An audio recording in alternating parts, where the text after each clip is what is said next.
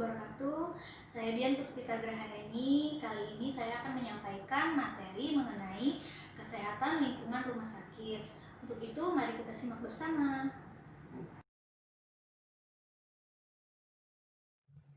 Assalamualaikum warahmatullahi wabarakatuh. Untuk kesempatan kali ini, saya akan menjelaskan tentang materi kesehatan lingkungan rumah sakit. Rumah sakit sebagai institusi pelayanan kesehatan di mana di dalamnya terdapat bangunan, peralatan, manusia yang terdiri petugas, pasien dan pengunjung, dan kegiatan pelayanan kesehatan.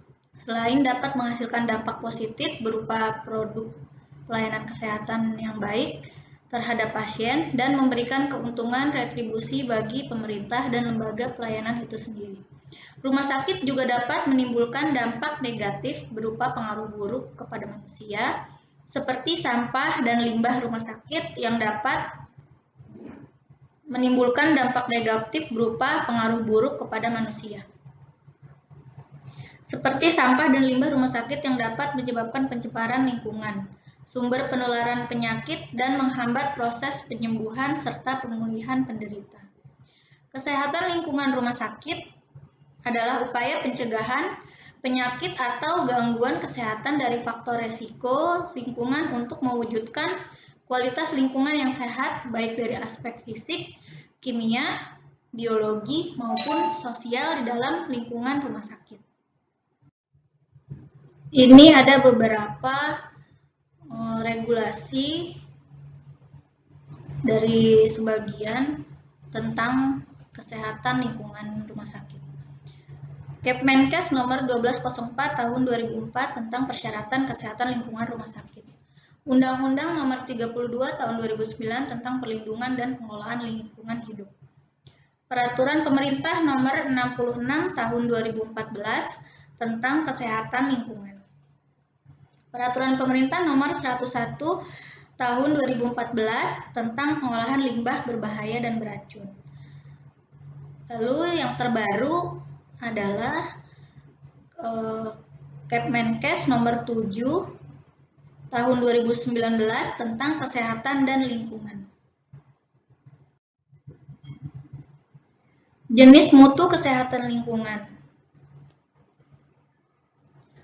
Yang pertama, standar mutu air bersih. Wajib untuk pemeriksaan kimia, pemeriksaan 6 bulan sekali. Biologi, pemeriksaan 1 bulan sekali. Rumah sakit tipe C dan D harus menyediakan air untuk keperluan higien sanitasi minimal 200 liter per tempat tidur per hari dan maksimal 300 liter per tempat tidur per hari. Kemudian standar mutu air limbah. Pemeriksaan mutu air limbah diambil sampelnya di IPAL, instalasi pengolahan air limbah, dilakukan pemeriksaan wajib sebulan sekali. Selanjutnya standar mutu air minum. Pemeriksaan mutu air minum diambil sekurang-kurangnya 6 bulan sekali dalam setahun. Kemudian standar mutu kesehatan udara. Pemantauan udara minimal 2 kali dalam setahun, terdiri dari kuman, debu, gas. Lalu angka kuman ruangan minimal 6 bulan sekali. Untuk persyaratannya tinggi intake minimal 10,9 meter dari atap. Ventilasi ruang isolasi penyakit menular harus dijaga pada tekanan lebih negatif daripada lingkungan luar. Penyihatan makanan dan minuman. Bahan makanan dan makanan jadi. A. Kondisi bahan makanan dan makanan jadi secara fisik memenuhi syarat. B. Kondisi bahan makanan dan makanan jadi secara bakteriologis memenuhi syarat. Mutu kesehatan pangan. Pemeriksaan kualitas makanan diperiksa minimal 6 bulan sekali yang terdiri dari 3 jenis atau lebih makanan. Pemeriksaan kualitas alat makanan diperiksakan minimal 6 bulan sekali yang terdiri dari 3 jenis atau lebih alat makan.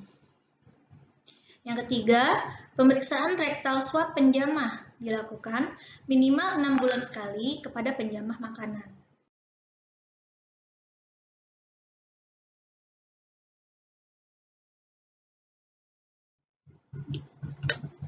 Selanjutnya ada standar mutu angka kuman ruangan. Minimal diperiksakan 6 bulan sekali, diutamakan di ruangan yang resiko terinfeksi sampai ruangan perawatan. Lalu standar mutu alat medis. Diperiksakan minimal 6 bulan sekali dalam setahun, 5 jenis alat medis atau lebih. Selanjutnya ada standar mutu pencahayaan. Pencahayaan di ruang juga harus diperhatikan karena mempengaruhi kinerja tenaga kesehatan. Pemeriksaan dilakukan minimal 6 bulan sekali dalam setahun.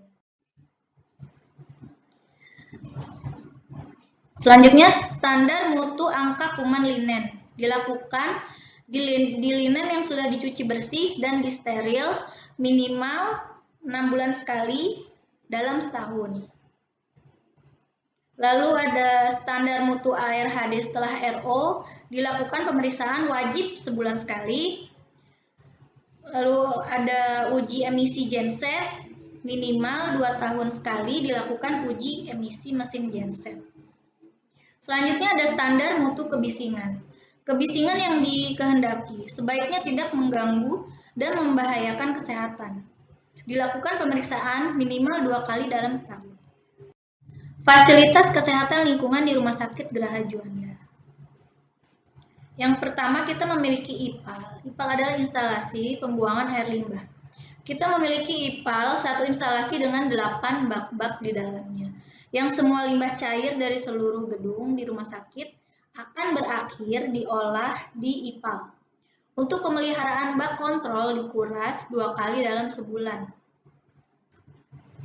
Posisi IPAL Rumah Sakit Geraha Juanda ada di sebelah rumah sakit.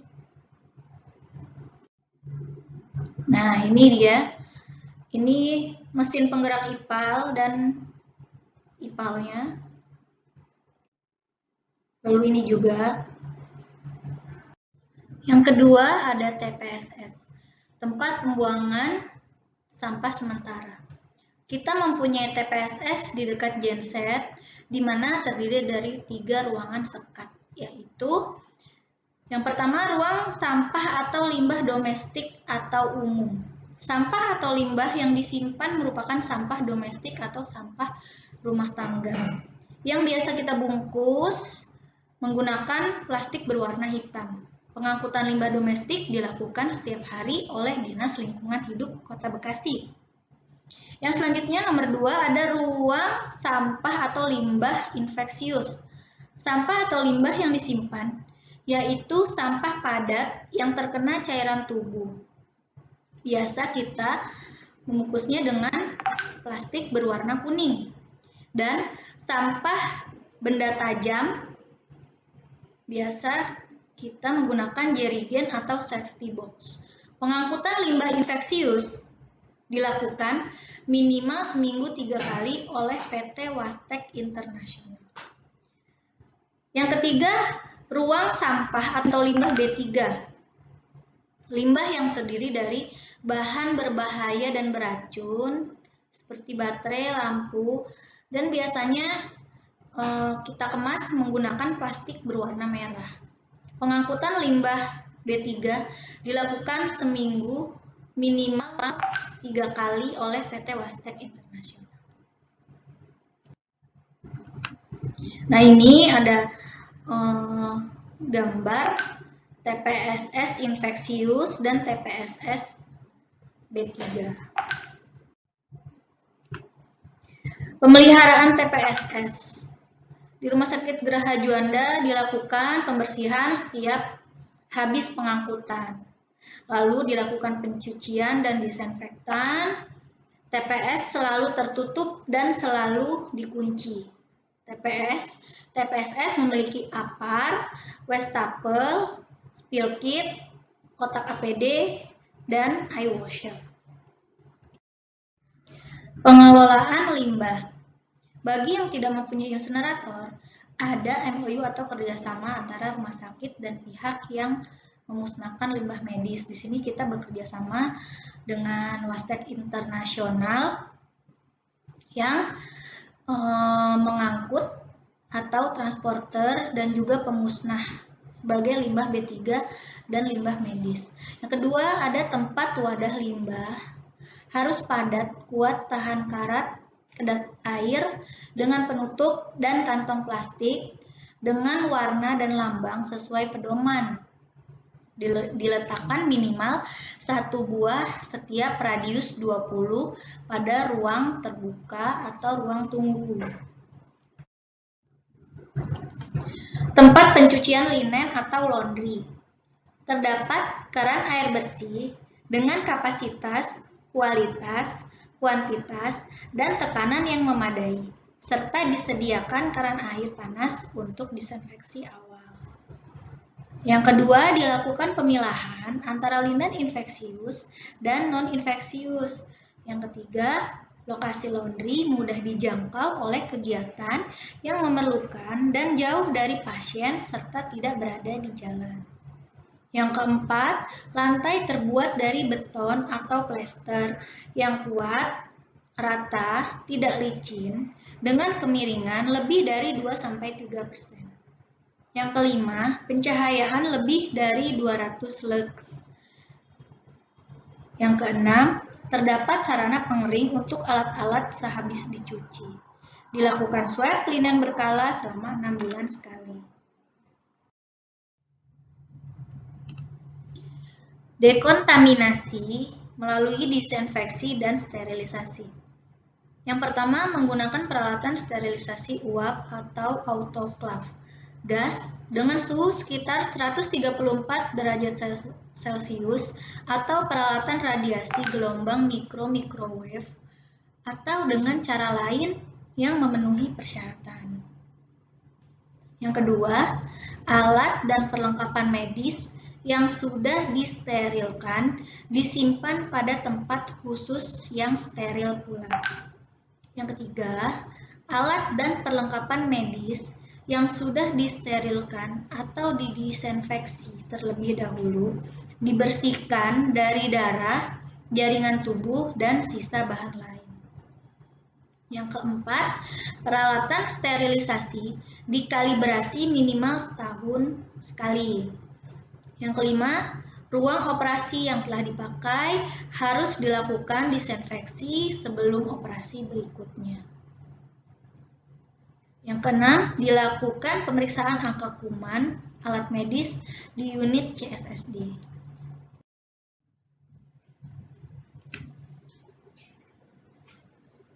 Yang terakhir, pengendalian serangga dan tikus. Untuk fisik, konstruksi bangunan, tempat penampungan air, penampungan sampah tidak memungkinkan sebagai tempat berkembang biaknya serangga dan tikus. Diusahakan selalu bersih dan tidak ada genangan air.